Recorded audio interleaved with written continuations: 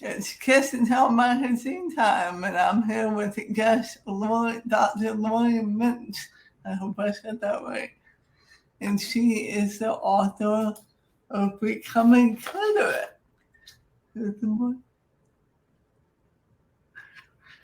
And today we are talking about how to help everyone have some cliteracy in their life.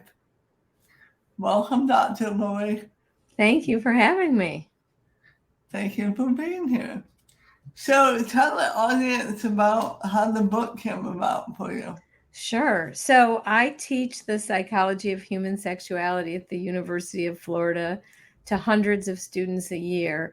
And when I started teaching that class about 12, 13 years ago, I was really floored and upset that it felt like an entire body of knowledge had been lost to this generation of young people in terms of women's pleasure. They didn't know about the clitoris. Many of the women thought they were broken because they weren't orgasming from penetration.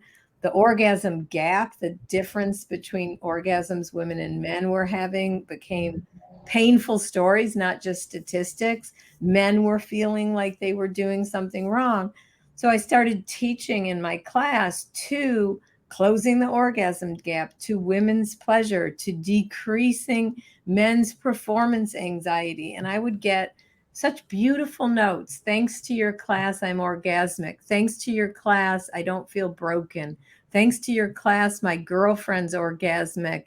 And I don't anymore feel the pressure to give her an orgasm by lasting long and thrusting hard.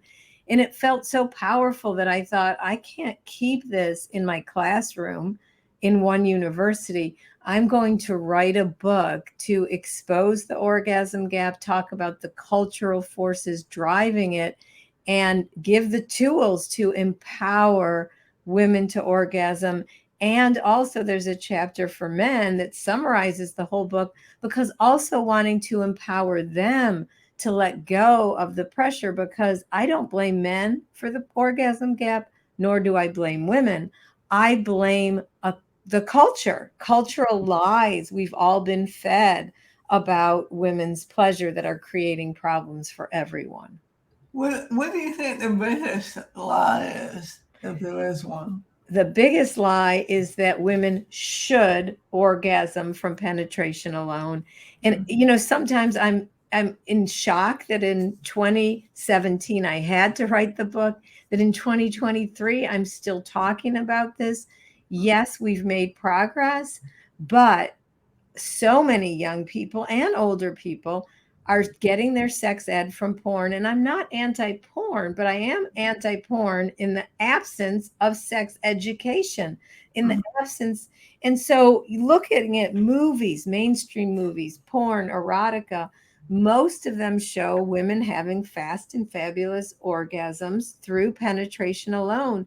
And we know that is a lie. The clitoris, not the vagina, is the analogous organ to the penis.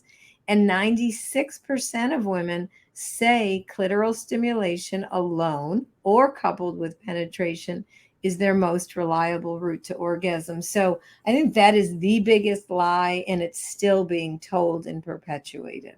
Mm-hmm.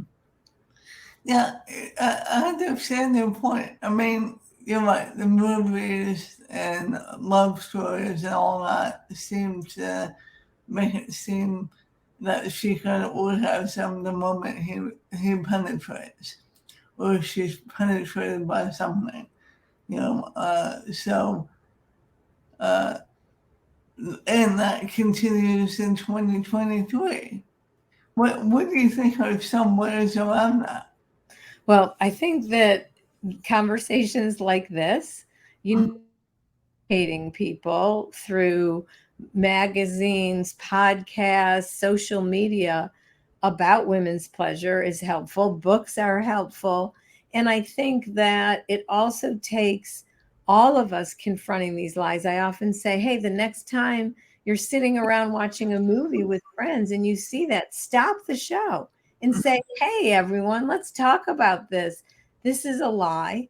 And it also takes women knowing their own anatomy, women feeling confident and comfortable in educating their partners about their anatomy, and men understanding women's anatomy enough to know, no, they can give pleasure with their hands, their tongue, a vibrator, and that takes the pressure off them. So the real key is knowledge. And I wish we had the type of sex ed in our country that would give that knowledge. They do in the Netherlands, and they hardly have an orgasm gap at all.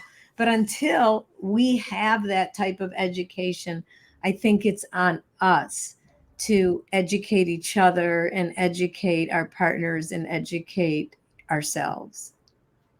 So the Netherlands is the only place that doesn't have that gap.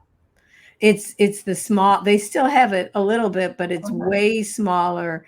There was a study of the orgasm gap by countries, and the US was one of the worst, and the Netherlands was one of the best. And, you know, if you look at what students are learning in school, Right. it explains it. Mhm. They learn about the clitoris, they learn about female orgasm, they learn about consent. You know, some schools in the Netherlands even teach porn literacy. The idea that what you watch is a movie, it's fake. Right. So, as far as sex ed is concerned, well, based on what's going on today, politics-wise, we don't see that improving anytime soon. However, to be honest with it, besides what's currently happening politically, it wasn't that great 10 years ago anyway. So, I mean, most people don't learn about their bodies until they're older, if then, if they're lucky. So, most teenagers do not understand the whole process. I mean, they know that they feel desire in their teens and the need to, want to be held and kissed and, it going further than that. But I don't think that I understand the whole kit and caboodle, so to speak. Exactly. Yeah, this is a problem that's been going on for a long time, and I think we've made progress not through sex ed, but through books and podcasts and social media. But not everybody accesses those. People have to have some kind of a desire to access those and an interest. And at the same time, we're making progress. I'm guessing you've seen there's also a lack of progress because there's people on TikTok who have no, education or degree spreading lies, we know from Debbie Herbenek, she's a great researcher, her work, that we have other problems surfacing, that it's not just that people are thinking women should orgasm from penetration alone. Now we have young people imitating porn, lots of scary sex. I have students, 79% of the women in my class said they'd encountered situations where they were choked without their consent or their hair was pulled. Not because the guys are mean and they wanted to hurt them. No, because they saw it on porn and they thought, oh, this is what women want. Right. Yeah, somehow porn has become their sex ed teacher. Exactly. And, I don't know who said this, but I'm often quoting it. You wouldn't put your child in front of a Fast and Furious movie and say, okay, this is your driver's ed. But that's what we're doing with sex ed. It's the same thing with using, guns. I mean, the way, John Wick never gets shot. I mean, that's not real life. Exactly. Exactly. Yes. So, I mean, but what, as far as your class is concerned, have you ever had anybody give you pushback for what you About the class? You mean like in the class? no, surprisingly, no. I Yeah. mean, honestly, I'm in Florida, okay, and you just alluded to political situations. I'm surprised somebody hasn't censored my class from above. Mm-hmm. But despite it being a very popular class and always over enrolled, I've gotten no pushback from above. And I've never had a student say this isn't accurate. Mm-hmm. Um, the only pushback I ever got, like two random students, one said they were offended that I showed videos of people with disabilities having sex because they do weekly reflections. And I wrote to them that this is something you need to look at. It's not my problem that I'm showing it. It's your ableist attitude that you're finding this offensive. Right. That and the only other pushback I got was a student when I talked about evolutionary um, theories of female orgasm, and I talked about there's a lot of them. We don't have anything proven. He pushed back. He said, "No, that's not true. My evolutionary psychology professor told me there was an answer to this." So, I mean, Mm-hmm. pretty minimal pushback, but about women's pleasure, no pushback from anyone, just relief and appreciation. That's great. And it's my understanding in that class you have men too, don't you? Yes, I do. Does And that increase every year? Or? that's such a great question. In the first time I taught the class in 2011, there was one man and about 170 women. Wow. This last time I taught it, there was about 100 women and 70 men. So it's really increased. Yeah, almost half. Yeah. And one of the young men a couple of years ago was very involved in the fraternity system on campus and said, I want you to come speak to all the fraternity brothers about women's pleasure. Nice. Yeah, it was really fun. Yeah. So, what do you think that if you could assume? I mean, I know your book does a nice job of explaining all this, but do you think it comes down to a couple of sentences or not?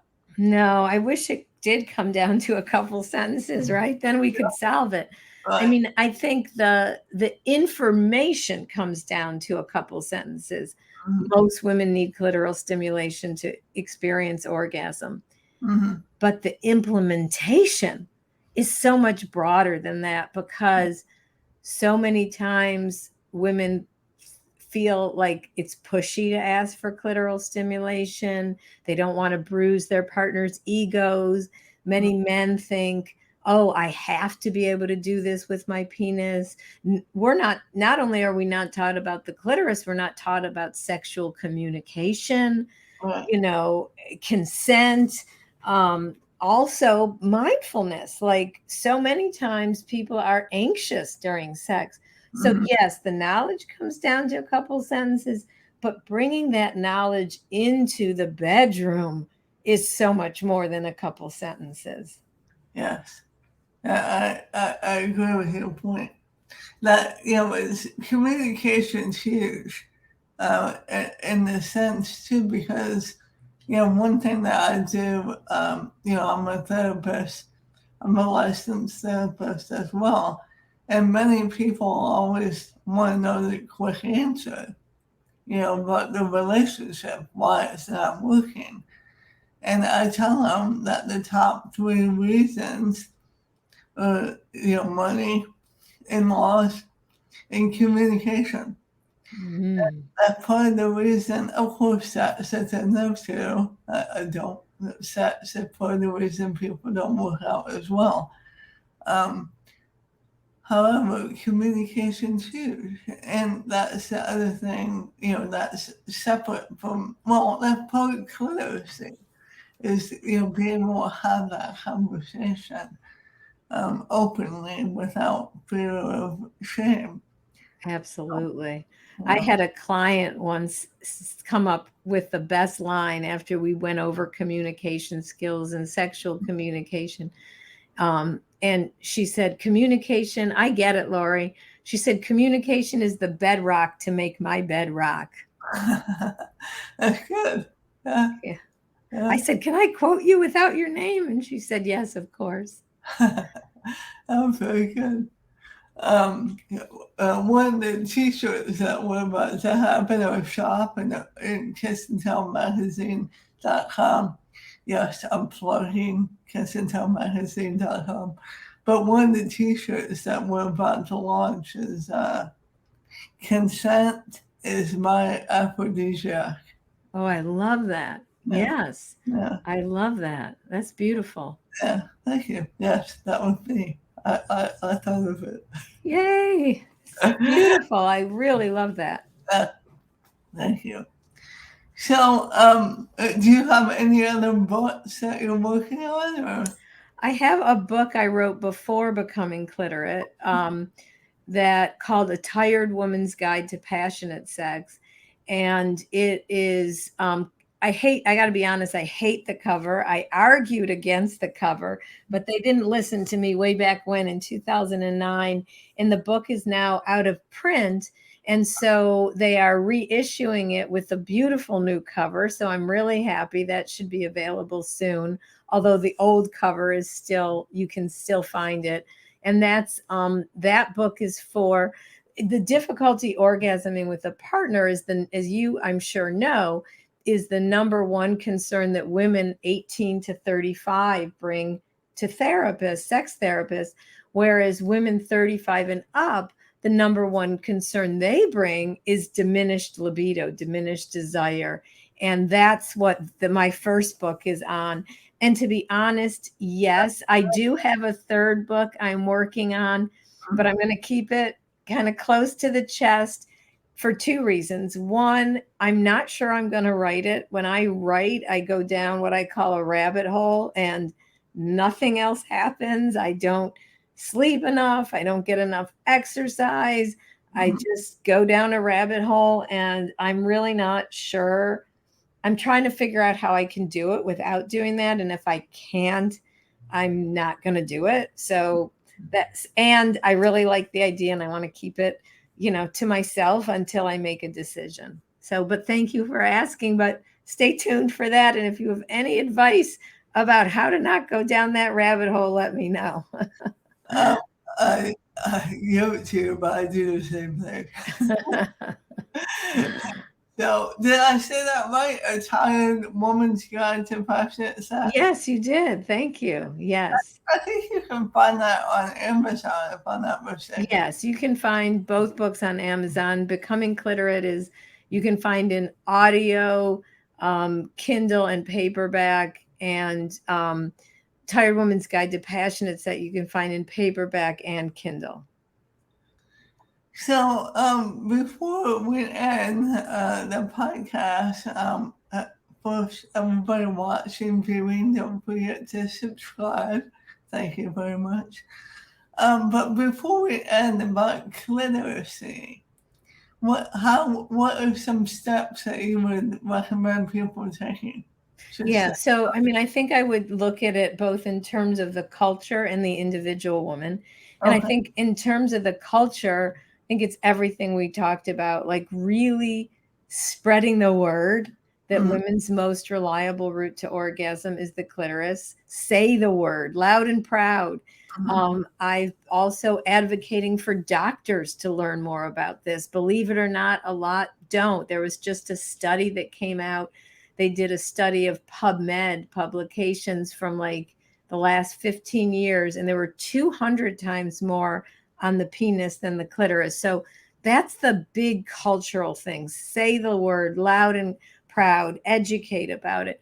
But for individual women, and that's why I like to approach this from both a cultural and an individual. So for a woman listening who wants to learn your anatomy, take a mirror and take a look, find your parts, then work on your brain. The brain is a big sex organ. Start thinking about what thoughts you've got that are getting in your way, like your pleasure's not as important, or his pleasure is more important in a heterosexual encounter, or if you're distracted during sex, about your body. So learning sex positive thoughts, learning mindfulness.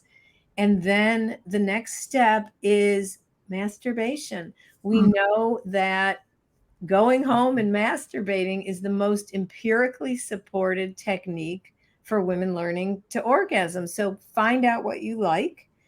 And then the next step is don't stop there. A lot of women stop there, but you need to transfer your masturbatory style to partner sex.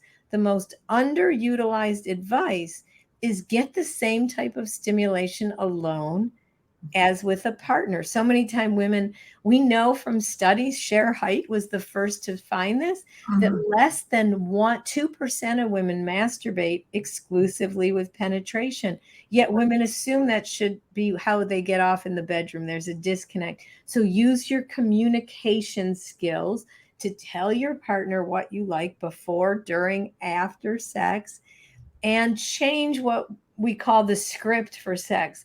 No more foreplay just to get her ready for intercourse, sex over, which, by the way, those words are problematic, but I won't address that right now. But other scripts, turn taking.